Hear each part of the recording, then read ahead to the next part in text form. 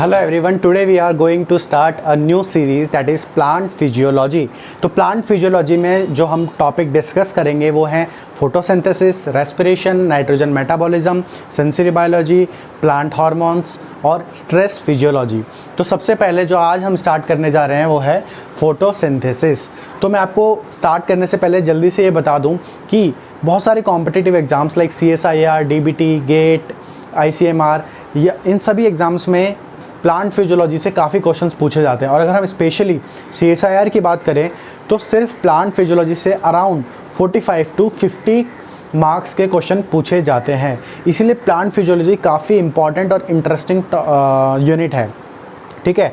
और अगर फोटोसिंथेसिस की बात करें तो सिर्फ फोटोसिंथेसिस से अराउंड 16 मार्क्स के क्वेश्चन पूछे जाते हैं। इसीलिए फोटोसिंथेसिस काफ़ी इंपॉर्टेंट है। तो आइए स्टार्ट करते हैं आज हम अपना टॉपिक फोटोसिंथेसिस। आप अगर देखेंगे इस अर्थ पे बैक्टीरिया से लेकर प्लांट्स, एनिमल्स, ह्यूमंस, जितने भी लिविंग फॉर्म्स हैं इस धरती पे, इस अर्थ पे, सबको अपनी डेली लाइफ को कंटिन्यू करने के लिए, अपने सारे काम को करने के लिए, मेटाबॉलिक रिएक्शंस को चलाने के लिए किसकी ज़रूरत पड़ती है? एनर्जी की।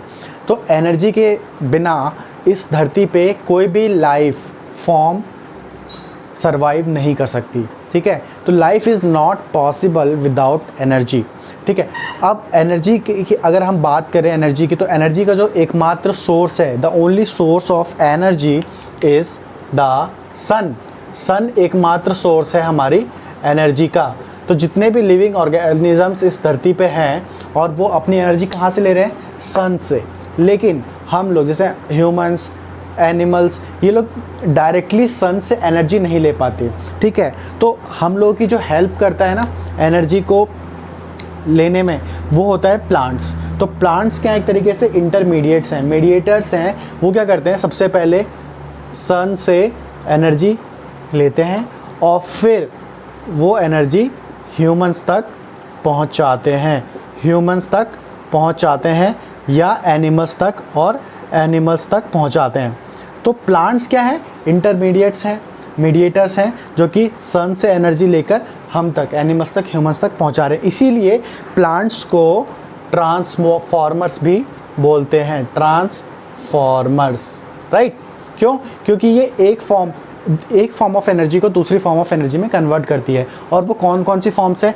अब आप देखेंगे कि जो सन है ना, सन सन के अंदर क्या होती है? फ्यूजन रिएक्शंस होती रहती है कंटिन्यूसली, जिसकी वजह से सन क्या करता है? लाइट एमिट करता है, ठीक है। उस लाइट को हम क्या बोलते हैं? फोटोन्स। क्या बोलते हैं?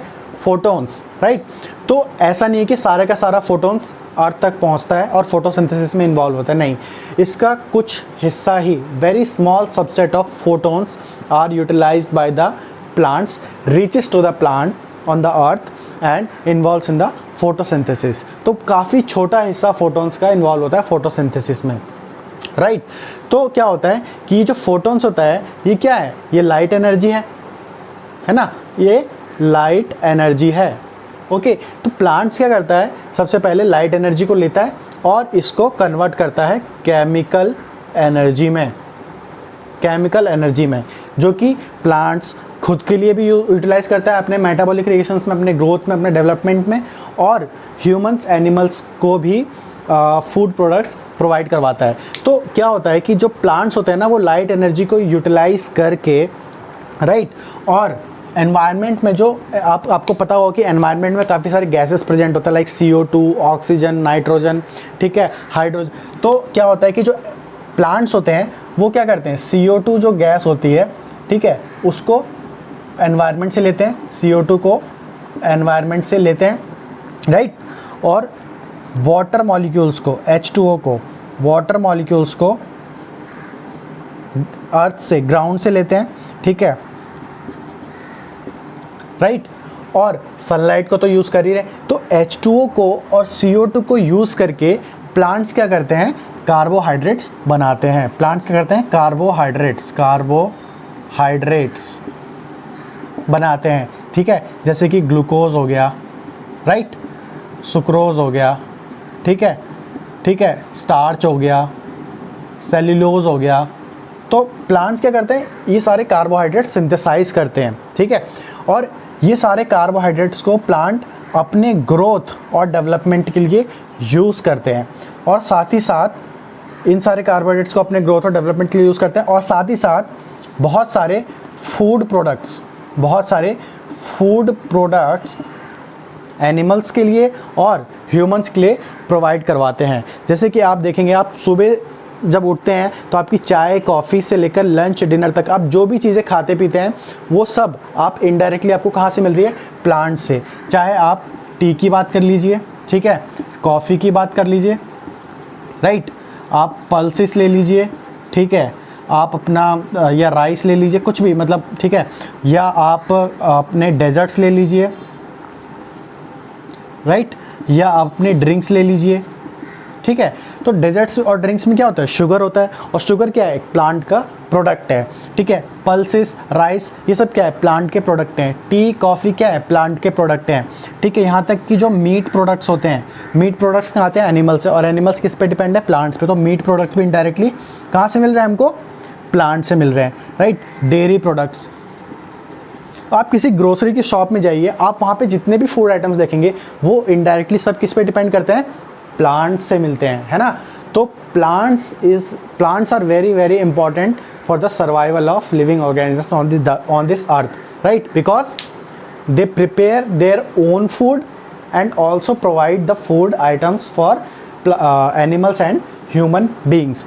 और अब ये जो अपना खाना खुद बनाते हैं, जैसे कार्बोहाइड्रेट मैंने आपको बताया, ग्लूकोज, सुक्रोज, स्टार्च, सेल्यूलोज, तो ये जो खाना अपना बना रहे हैं विद कार्बन डाइऑक्साइड और वाटर मॉलिक्यूल को यूज़ करके और सनलाइट की एनर्जी को यूज़ करके, उस प्रोसेस को ही हम क्या बोलते हैं?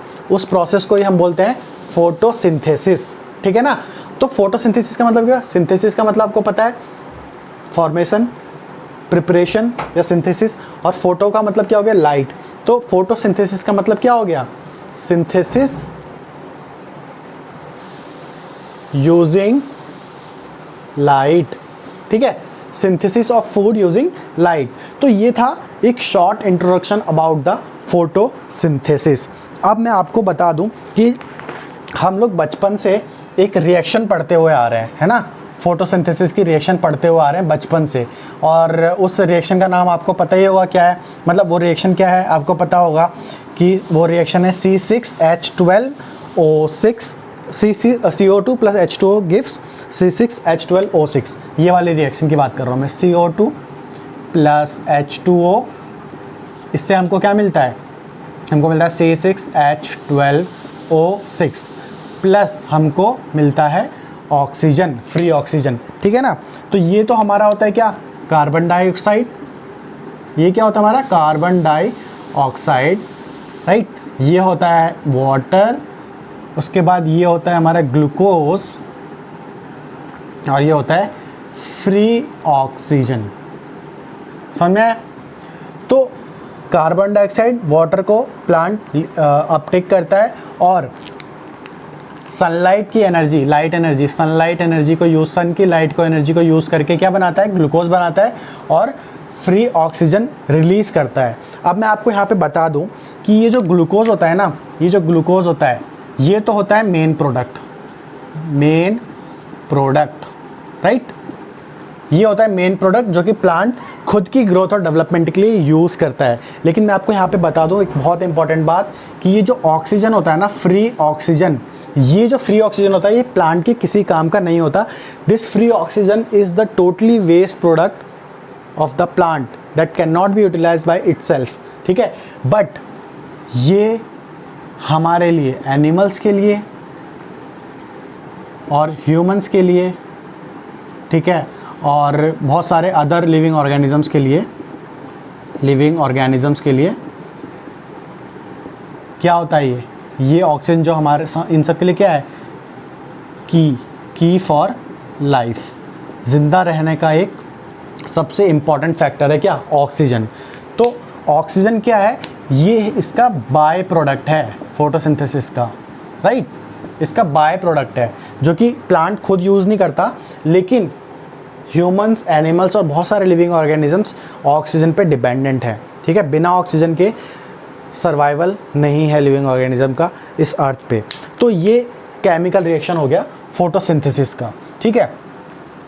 अब मैं आपको एक जल्दी से एक बात समझा देता हूँ कि अब जब आप कोई भी आप अपने घर में अपने किचन में कोई कुछ बनाते हैं, लाइक आप मान लो आप सब्जी बनाते हो अपने किचन में, ठीक है, तो आप देखेंगे कि कोई भी फूड आइटम जब आप प्रिपेयर करते हो तो हर चीज़ ऐड करने का एक सीक्वेंस होता है ना। जैसे ये सब्जी बनाते हैं, सबसे पहले हम क्या करते हैं, ऑयल डालते हैं, राइट, फिर अनियन डालते हैं, राइट, फिर गार्लिक डालते हैं, फिर या तो टमाटो या पोटैटो डालते हैं, फिर उसको मिक्स करते हैं, राइट। तो एक सीक्वेंस होता है हर चीज़ का, है ना। तो प्लांट्स का भी ये सब चीज़ों को CO2 को यूटिलाइज़ करने का, H2 को यूटिलाइज़ करने का एक सीक्वेंस होता है। कब ये कार्बन डाइऑक्साइड इसको लेना है, कौन से स्टेप पे कार्बन डाइऑक्साइड लेना है, कौन से स्टेप पे H2O लेना है, ठीक है, कब ग्लूकोज रिलीज़ करना है, कब ऑक्सीजन रिलीज़ करना है। तो बचपन से लेकर अभी तक तो हमने ये सिर्फ ये रिएक्शन पढ़ी है कि ठीक है ये चीज़ यूज़ करता है और ये चीज़ बनाता है प्लांट। लेकिन अब जब आप हायर लेवल पे हैं, आप ग्रेजुएशन में हैं, पोस्ट ग्रेजुएशन में या किसी कॉम्पिटिटिव एग्ज़ाम्स की प्रिपरेशन कर रहे हैं, तो आपको ये जानना बहुत ज़रूरी है कि कब प्लांट CO2 यूटिलाइज़ कर रहा है, कब प्लांट H2O यूटिलाइज़ कर रहा है, राइट, कब ग्लूकोज रिलीज़ कर रहा है और कब फ्री ऑक्सीजन रिलीज़ कर रहा है। तो वो मैं आपको समझाने जा रहा हूँ, आप ध्यान से समझेंगे।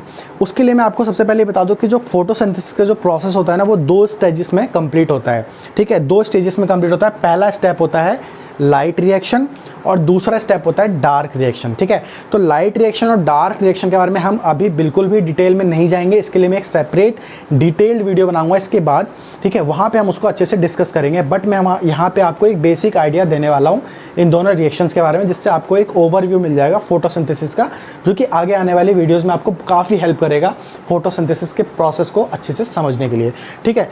तो अब हम देख लेते हैं फटाफट कि कैसे ये प्लांट CO2 H2O को कब यूटिलाइज़ करता है और कब ग्लूकोज और फ्री ऑक्सीजन रिलीज़ करता है, ठीक है। तो ये है हमारा सन, राइट, यहाँ से आपको मिल रही है क्या, लाइट एनर्जी। क्या मिल रही है आपको, लाइट एनर्जी, राइट। अब प्लांट क्या करता है, इस लाइट एनर्जी को यूटिलाइज़ करता है ना, इस लाइट एनर्जी को प्लांट क्या करता है, यूटिलाइज़ करता है और कन्वर्ट करता है किसमें, केमिकल एनर्जी में। सबसे पहले केमिकल एनर्जी में कन्वर्ट करता है, ठीक। और कौन कौन सी केमिकल एनर्जीज, केमिकल मॉलिक्यूल्स बनाता है प्लांट, वो बनाता है हमारा plant ATP plus NADPH, right. तो ये जो पहला स्टेप होता है ना, लाइट एनर्जी से केमिकल एनर्जी में कन्वर्ट करने का, ये होता है, इसको बोलते हैं हम लाइट रिएक्शन। क्या बोलते हैं इसको, लाइट रिएक्शन, लाइट रिएक्शन। तो लाइट रिएक्शन क्या करता है, लाइट एनर्जी को जो कि सनलाइट से, सन से आ रही है, उसको कन्वर्ट करता है केमिकल एनर्जी में, जो कि क्या होती है, ATP और NADPH, ठीक है। तो जैसे मैंने आपको बताया था अभी कि जो फोटोसिंथेसिस 2 स्टेप्स में कंप्लीट होता है, तो पहला स्टेप हमारा ये है light reaction, right. Light reaction से हमको मिल गया ATP और NADPH। अब क्या होगा, ये जो हमें 2 केमिकल्स मिले हैं, 2 केमिकल एनर्जीज मिली हैं ATP और NADPH, इसको प्लांट यूटिलाइज करता है नेक्स्ट रिएक्शन में, जिसको बोलते हैं हम डार्क रिएक्शन, डार्क रिएक्शन, ठीक है, डार्क रिएक्शन। तो डार्क रिएक्शन में ATP और NADPH को यूटिलाइज करके प्लांट बनाता है C6H12O6, जो कि आपको पता है क्या है, ग्लूकोज है, ग्लूकोज, ठीक है। डार्क रिएक्शन में क्या बनाता है, C6H12O6 बाय यूटिलाइजिंग ATP और NADPH। और इसको बनाने के लिए प्लांट को चाहिए होता है कार्बन डाइऑक्साइड, CO2। तो कार्बन डाइऑक्साइड जो है, जो मैंने यहाँ पे आपको बताया था कि ये एक रॉ मटेरियल है फोटोसिंथेसिस का, तो कार्बन डाइऑक्साइड प्लांट कब यूटिलाइज करता है, डार्क रिएक्शन में, सेकेंड स्टेप पे, राइट। और यहाँ पे जो लाइट रिएक्शन होती है, यहाँ पे प्लांट H2O को यूटिलाइज़ करता है और रिलीज़ करता है फ्री ऑक्सीजन, O2 रिलीज़ करता है, ठीक है। और यहाँ पे प्लांट डार्क रिएक्शन में CO2 को यूटिलाइज़ करता है और बनाता है ग्लूकोज, ठीक है। तो आपको अब समझ में आ गया हो कब प्लांट H2O यूज़ करता है और कब प्लांट CO2 यूज़ करता है, कब प्लांट CO2 यूज़ करता है, कब H2O यूज़ करता है, राइट। और कब प्लांट ग्लूकोज रिलीज़ करता है और कब ऑक्सीजन रिलीज़ करता है। अब मैं यहाँ पे आपको एक बहुत इंपॉर्टेंट चीज़ बताने जा रहा हूँ। बहुत सिंपल है, बेसिक है, बट आपको पता होनी चाहिए। तो सबसे पहली चीज़ आप ये देखिए कि ये जो रिएक्शन है ना, यहाँ पे क्या हो रहा है, यहाँ पे एक मॉलिक्यूल का सिंथेसिस हो रहा है, एक मॉलिक्यूल फॉर्म हो रहा है, और वो कौन सा है, ग्लूकोज। मतलब कुछ प्रिपेयर हो रहा है, कुछ बन रहा है ना। तो जब कुछ फॉर्म होता है, कुछ प्रिपेयर होता है, तो उसको क्या बोलते हैं, एनाबॉलिक रिएक्शन। तो ये क्या है, एक तो ये कौन सा रिएक्शन है, फोटोसिंथेटिक रिएक्शन। एक तो है एनाबॉलिक रिएक्शन, राइट, समझ में। अब दूसरी चीज़ आप यहाँ पे देखेंगे कि पहले स्टेप पे जो कि लाइट रिएक्शन है ना, ये हो गया हमारा दूसरा स्टेप, डार्क रिएक्शन। तो जो पहला स्टेप है लाइट रिएक्शन का, वहाँ पे क्या हो रहा है, H2O का, यहाँ पे क्या होता है, H2O का ऑक्सीडेशन होता है ना, H2O का ऑक्सीडेशन होता है, ठीक है, और O2 इवॉल्व रिलीज होता है। तो यहाँ पे एक तो ऑक्सीडेशन हो रहा है, और दूसरा यहाँ पे CO2 का रिडक्शन होता है, ठीक है। तो यहाँ पे इस रिएक्शन में ऑक्सीडेशन और रिडक्शन दोनों एक साथ हो रहे हैं। तो जहाँ पे भी ऑक्सीडेशन और रिडक्शन एक साथ होते हैं, उस रिएक्शन को हम बोलते हैं रिडॉक्स रिएक्शन, रिडॉक्स रिएक्शन, ठीक है। तो समझ में आ रहा है ना, तो इसको बोलते हैं रिडॉक्स रिएक्शन। अब हम चलते हैं थोड़ा सा आगे। अब आप देखिए कि प्लांट ने क्या किया, लाइट एनर्जी को लिया, ठीक है, और लाइट रिएक्शन की हेल्प से उसने बनाया अपने दो अनमोल रत्न बनाए, ATP और NADPH, ठीक है। ये अनमोल रत्न इसलिए बोल रहा हूँ क्योंकि यही सबसे पहला और सबसे इम्पॉर्टेंट फैक्टर्स होते हैं जो कि हेल्प करते हैं ग्लूकोज को बनने में, कार्बोहाइड्रेट को बनने में। तो ये काफ़ी इंपॉर्टेंट है, ATP और NADPH, है ना। तो सबसे पहले प्लांट ने क्या किया, लाइट रिएक्शन की हेल्प से लाइट एनर्जी को लिया और उसको कन्वर्ट कर दिया केमिकल एनर्जी में, और फिर इन केमिकल एनर्जीज को प्लांट ने अपने डार्क रिएक्शन के थ्रू कार्बन डाइऑक्साइड को रिड्यूस किया, ठीक है, कार्बन डाइऑक्साइड को फिक्स किया। इसको फिक्सेशन भी बोलते हैं, फिक्सेशन ऑफ कार्बन डाइऑक्साइड, ठीक है। इसको फिक्स किया और बना दिया ग्लूकोज H, ठीक है। तो ग्लूकोज का स्ट्रक्चर कुछ इस टाइप का होता है। अब मैं आपको यहाँ पे बहुत इंपॉर्टेंट बात बताने जा रहा हूँ, ठीक है। तो जैसे कि मैंने आपको बताया कि प्लांट का जो मेन प्रोडक्ट होता है फोटोसिंथेसिस का, वो क्या होता है, ग्लूकोज होता है ना, और ग्लूकोज का स्ट्रक्चर आपको अच्छे से पता है। तो अब आप देखिए कि यहाँ पे क्या बन रहा है, ग्लूकोज बन रहा है फोटोसिंथेसिस में, है ना। तो मैंने जैसे आपको बताया था कि प्लांट क्या करता है, एनर्जी को स्टोर करता है ना, लाइट एनर्जी को केमिकल एनर्जी में कन्वर्ट करता है, और फिर इस केमिकल एनर्जी को यूटिलाइज करके ग्लूकोज बनाता है, ठीक है। अब आपने केमिस्ट्री में पढ़ा होगा, जब किसी मॉलिक्यूल में बॉन्डिंग होती है, मतलब बॉन्ड फॉर्मेशन होता है ना, तो क्या होता है कि जो बॉन्ड्स बनते हैं ना एटम्स के बीच में, वो एनर्जी को स्टोर करते हैं, है ना। मतलब जब सिंपल अगर लैंग्वेज में बताऊं, तो जब भी कोई बॉन्डिंग हो, किसी की भी दो एटम्स के बीच में बॉन्डिंग फॉर्मेशन होती है, तो एनर्जी स्टोर हो जाती है ना।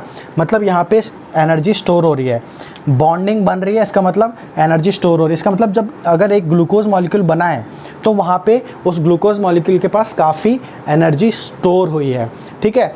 तो प्लांट क्या करता है, कंटिन्यूस ग्लूकोज मॉलिक्यूल बनाता जाता है और काफ़ी सारी एनर्जी स्टोर करता जाता है with the help of photosynthesis, है ना।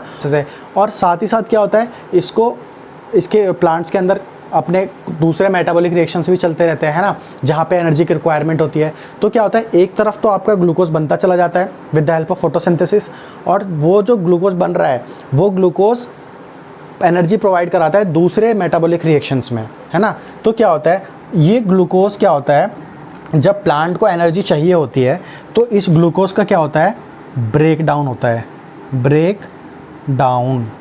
डाउन ऑफ ग्लूकोज होता है ना। तो जब एक ग्लूकोज का ब्रेक डाउन होता है ना, तो मैं आपको बता दूं कि 686 किलो कैलोरी पर मोल इतनी एनर्जी निकलती है एक ग्लूकोज के ब्रेक डाउन होने पे। तो अब आप समझ सकते हैं कि किस टाइप से प्लांट अपना एनर्जी क्रिएट करता है, और फिर अब उस क्रिएट की हुई एनर्जी को कैसे, ग्लूकोज को कैसे ब्रेक डाउन करवाता है जब उसको कहीं और दूसरे मेटाबॉलिक रिएक्शंस में एनर्जी की रिक्वायरमेंट पड़ती है, ठीक है ना। तो ये जो फॉर्मेशन ऑफ ग्लूकोज है, ये एक एनाबॉलिक रिएक्शन है ना, आपको बता दिया मैंने, ठीक है, एनाबॉलिक रिएक्शन है। और ये एक रिडॉक्स रिएक्शन है। अब मैंने जैसे अभी आपको यहाँ पे समझाया कि जब बॉन्डिंग फॉर्मेशन होती है किसी भी मॉलिक्यूल में तो एनर्जी बहुत सारी स्टोर होती है ना, एनर्जी स्टोर होती है, एब्जॉर्ब होती है। इसीलिए ये जो फोटोसिंथेटिक रिएक्शन है इसको हम एंडोथर्मिक रिएक्शन भी बोलते हैं, एंडोथर्मिक रिएक्शन। तो ये 3 चीज़ें आप ज़रूर याद रखेंगे, बहुत इम्पॉर्टेंट है। समझ में आया? तो ये इसके बाद जैसे कि मैंने आपको बताया कि अब जब प्लांट्स को एनर्जी की रिक्वायरमेंट होती है तो क्या होता है, ग्लूकोज का ब्रेक डाउन होता है ना। तो जो ग्लूकोज का अब यूटिलाइजेशन होना है प्लांट में, ठीक है, तो सिंपल, ये ग्लूकोज जो प्लांट ने बनाया है अब इसको क्या करना है, इसी ग्लूकोज को यूज़ करके इसी ग्लूकोज से एनर्जी प्लांट को लेनी है और बाकी के मेटाबॉलिक रिएक्शंस में यूटिलाइज करनी है। तो जब इस ग्लूकोज का ब्रेक डाउन होता है वापस, तो क्या होता है, वो वापस जब इसका ब्रेक डाउन होता है तो ब्रेक डाउन होता है CO2 और H2O में, राइट। तो इस वाले प्रोसेस को हम बोलते हैं रेस्पिरेशन, ठीक है। और इस प्रोसेस को हम बोलते हैं, जब फॉर्मेशन ऑफ ग्लूकोज होता है, मतलब ग्लूकोज फॉर्म होता है, इसको बोलते हैं फोटोसिंथेसिस। तो अगर ग्लूकोज बन रहा है ना, CO2 और H2 को यूज़ करके, तो उस रिएक्शन को बोलेंगे फोटोसिंथेसिस। और जब ग्लूकोज का ब्रेक डाउन हो रहा है, दोनों काम प्लांट्स के अंदर साथ साथ होते रहते हैं, है ना, simultaneously both the reactions are occurring in the plants, that is photosynthesis and respiration, ठीक है। तो ग्लूकोज बन भी रहा है और बाकी के रिएक्शंस में अब एनर्जी की रिक्वायरमेंट है तो ग्लूकोज का ब्रेक डाउन भी हो रहा है। तो उस ब्रेक डाउन जब ग्लूकोज का होता है तो उस प्रोसेस को बोलता है रेस्पिरेशन। वो हम आगे आने वाले इस सीरीज़ के आगे आने वाली वीडियोस में कवर करेंगे रेस्पिरेशन को, तो यहाँ पे हम उसके बारे में डिटेल में डिस्कस नहीं करेंगे। तो आई होप आपको एक ओवरव्यू फोटोसिंथेसिस का मिल गया है कि कहाँ पे H2O यूज़ होता है, कहाँ पे O2 इवॉल्व होता है, ठीक है। डार्क रिएक्शन, फोटोसिंथेसिस 2 स्टेप्स में होता है, लाइट रिएक्शन, डार्क रिएक्शन, ठीक है। तो ये एक शॉर्ट इंट्रोडक्शन था अबाउट द फोटोसिंथेसिस। अब इस वीडियो का जो नेक्स्ट सेगमेंट है वो है साइट ऑफ फोटोसिंथेसिस, कि फोटोसिंथेसिस कहाँ पे होता है।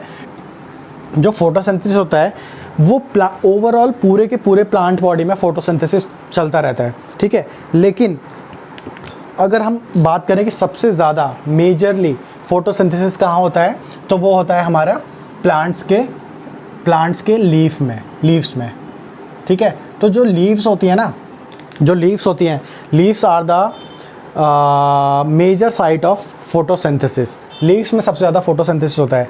तो आइए हम इसको थोड़ा ध्यान से समझते हैं कि कहाँ लीव्स में कहाँ पे होता है। तो अब मैंने जैसे आपको बताया कि सबसे ज़्यादा फोटोसिंथेसिस कहाँ पे होता है, एक लीफ में, ठीक है। ये है एक लीफ, है ना। तो अगर हम अब हमें पता चल गया है कि लीफ में फोटोसिंथेसिस होता है, बट लीफ में कहाँ। तो आपने अगर थोड़ा बहुत प्लांट एनाटॉमी पढ़ा होगा तो आपको पता होगा कि जो लीफ होते हैं ना, लीफ में छोटे छोटे पोर्स बने हुए होते हैं। पूरे लीफ में ना छोटे छोटे पोर्स होते हैं, ठीक है। तो इन छोटे छोटे पोर्स को हम क्या बोलते हैं, इन छोटे छोटे पोर्स को हम बोलते हैं स्टोमेटा, ठीक है। अगर तो ये जो है ना स्टोमेटा, ये प्लूरल वर्ड है ये, ठीक है। अगर हम एक पोर की बात करें तो उसको स्टोमा बोलेंगे, स्टोमा, ये सिंगुलर वर्ड है, ठीक। तो एक लीफ पे ना छोटे छोटे बहुत सारे पोर्स होते हैं, उनको बोलते हैं स्टोमेटा। तो ये जो स्टोमेटा होता है ना, ये हेल्प करते हैं गैसियस एक्सचेंज में, गैस के एक्सचेंज में हेल्प करते हैं। अब गैस एक्सचेंज का मतलब क्या, जैसे कि मैंने आपको बताया कि जो प्लांट होते हैं वो क्या करते हैं, CO2 को इनटेक करते हैं, है ना, और O2 को रिलीज़ करते हैं, ठीक है। तो ये जो स्टोमेटा होता है ना, वो लीफ की, प्लांट की हेल्प करता है CO2 को इनटेक करने में और ऑक्सीजन को रिलीज़ करने में, ठीक है। अभी आगे हम और स्ट्रक्चर की हेल्प से और अच्छे से समझेंगे। तो अब अगर मैं आपको अगर आप इस लीफ को एक माइक्रोस्कोप में देखेंगे, ठीक है, इस सेक्शन को अगर आप माइक्रोस्कोप में देखने की कोशिश करेंगे तो वो आपको कुछ इस टाइप का दिखाई देगा। सबसे ऊपर जो ये होता है हमारा क्यूटिकल, ठीक है। उसके बाद ये जो होती है हमारी, वो होती है अपर एपिडर्मिस, राइट। उसके बाद ये जो होता है ये होता है पैलिसेड मेसोफिल सेल्स, राइट। फिर ये जो होती है ना वो ये होती हैं, ये जितनी भी हैं सारी की सारी, ये सारी होती हैं स्पॉन्जी मेसोफिल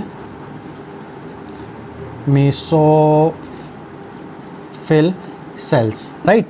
और ये वाला होता है हमारा लोअर एपिडर्मिस, ठीक है।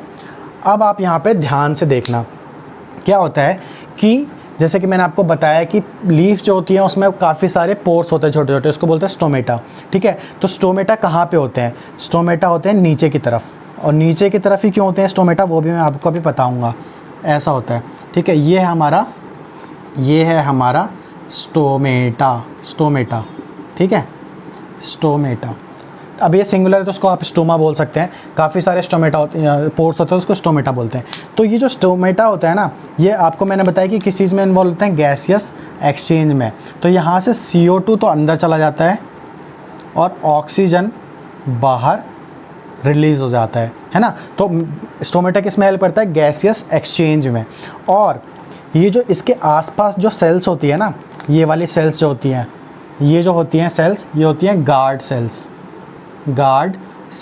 तो ये जो गार्ड सेल्स होती है ना, वो स्टोमेटा की ओपनिंग और क्लोजिंग में हेल्प करती है, ठीक है, और गैसियस एक्सचेंज में हेल्प करती है। अब मैं आपको बताता हूँ कि जो स्टोमेटा होता है वो नीचे की साइड ही क्यों होता है, क्योंकि अगर ये ऊपर की साइड हुआ तो क्या होता है, सीधा धूप सनरेज किस पे पड़ती हैं, लीव्स पे, तो ट्रांसपिरेशन, वाटर लॉस होने के चांसेस ज़्यादा होते हैं। इसलिए स्टोमेटा लीव्स के नीचे वाले पोर्शन पे अरेंज्ड होता है ना।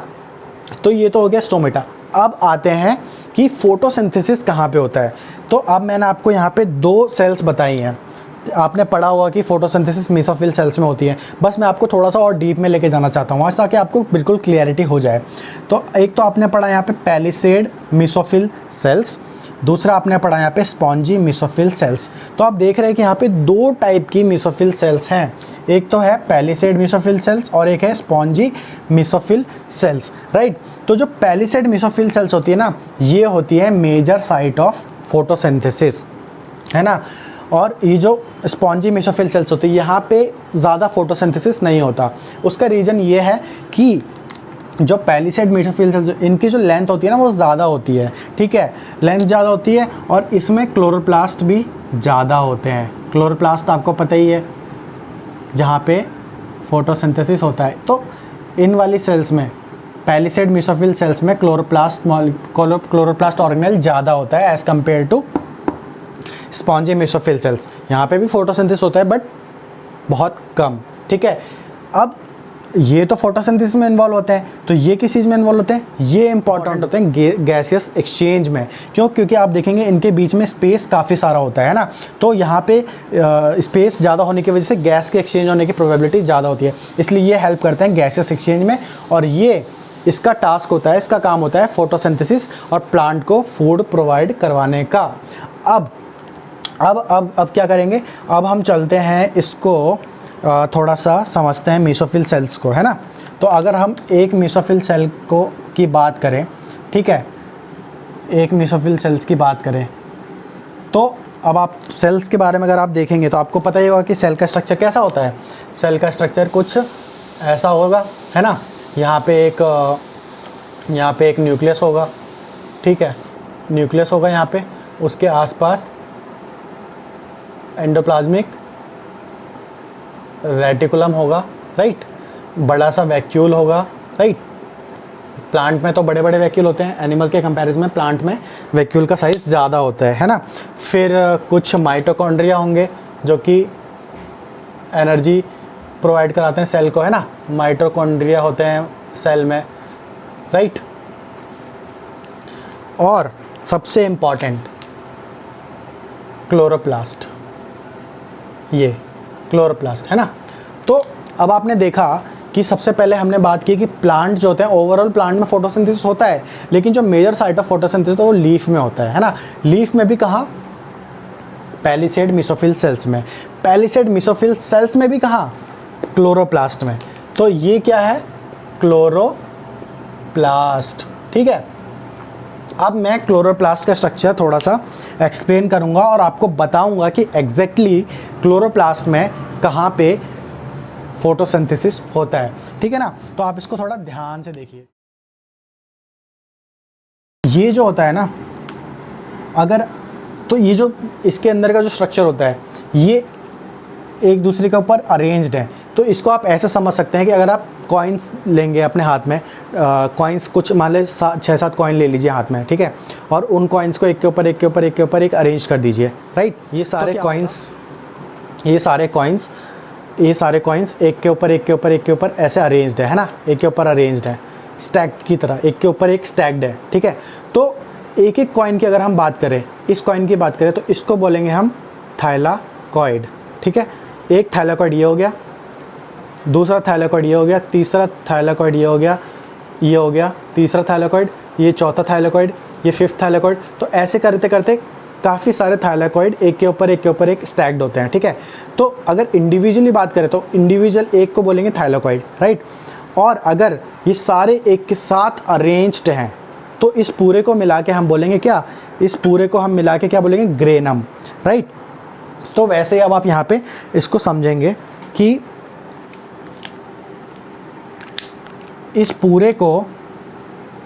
पूरे को मिला के हम बोलते हैं ग्रेनम, ओके, ग्रेनम। और अगर एक की बात करें सिंगल तो उसको बोलेंगे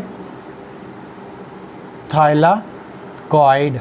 ठीक है, अब दूसरी चीज़ कि ये हो गया। और ये जो मैट्रिक्स है मतलब फ्लूइड है, एक्वस फ्लूइड होता है इसके अंदर, है ना। क्लोरोप्लास्ट के अंदर जैसे सेल के अंदर साइटोप्लाज्म होता है, वैसे ही क्लोरोप्लास्ट के अंदर एक्वस फ्लूइड होता है। एक्वस फ्लूइड में ये थाइलाकॉइड ग्रेनम्स होते हैं। तो इस एक्वस फ्लूइड को हम क्या बोलते हैं, इसको बोलते हैं स्ट्रोमा। ठीक है, स्ट्रोमा। तो इसमें आप दो तीन चीज़ें इंपॉर्टेंट है, तो स्ट्रोमा, थाइलाकॉइड और ग्रेनम। ठीक है, अब मैंने आपको बताया था कि फोटोसिंथेसिस 2 स्टेप्स में होता है। ठीक है, एक होता है लाइट रिएक्शन और दूसरा होता है डार्क रिएक्शन। तो लाइट रिएक्शन से हमको मिलता है ATP NADPH, और फिर ATP NADPH यूटिलाइज होता है डार्क रिएक्शन में, जहाँ पे कार्बन डाइऑक्साइड का फिक्सेशन होता है, कार्बोहाइड्रेट का फॉर्मेशन होता है, राइट। तो बस आज की वीडियो में बस आपको इतना ही बता के इसको रैप अप करेंगे कि ये जो लाइट रिएक्शन होती है ना, लाइट रिएक्शन ये होता है हमारा, ये जो थाइलाकॉइड आप देख रहे हैं ना, मान लीजिए कि थाइलाकॉइड है, इसको हम यहाँ पे ले लेते हैं, ये है एक थाइलाकॉइड, है ना, थाइलाकॉइड ऐसा, ठीक। तो ये क्या है, इसका मेम्ब्रेन है ऊपर का, है ना। तो इसकी बात करें तो ये हमारा थाइलाकॉइड मेम्ब्रेन, राइट। तो जो लाइट रिएक्शन होता है ना, वो होता है हमारा कहाँ पे, थाइलाकॉइड की मेम्ब्रेन में होता है। ये बात हमेशा याद रखना, ये क्वेश्चन तो बहुत सारे एग्जाम्स में बहुत फ्रिक्वेंटली पूछा जाता है कि लाइट रिएक्शन थाइलाकॉइड के मेम्ब्रेन में होता है या स्ट्रोमा में होता है। ठीक है, तो किसी क्वेश्चन में पूछने का तरीका थोड़ा सा चेंज हो जाता है, डिपेंड करता है ऑप्शंस पे कि आपको ऑप्शन क्या दिए हुए हैं। अगर ऑप्शन में सिर्फ थाइलाकॉइड है, ठीक है, और स्ट्रोमा है, स्ट्रोमा लैमेला है, ठीक है, तो आप थाइलाकॉइड चूज़ करेंगे। बट अगर वहाँ पे थाइलाकॉइड मेम्ब्रेन है तो आपको हमेशा थाइलाकॉइड मेम्ब्रेन ही चूज़ करना है उन 4 ऑप्शंस में। तो थाइलाकॉइड मेम्ब्रेन में स्पेसिफिकली लाइट रिएक्शन होता है, ठीक है। और दूसरा जो हमारा, ये तो हो गया पहला रिएक्शन।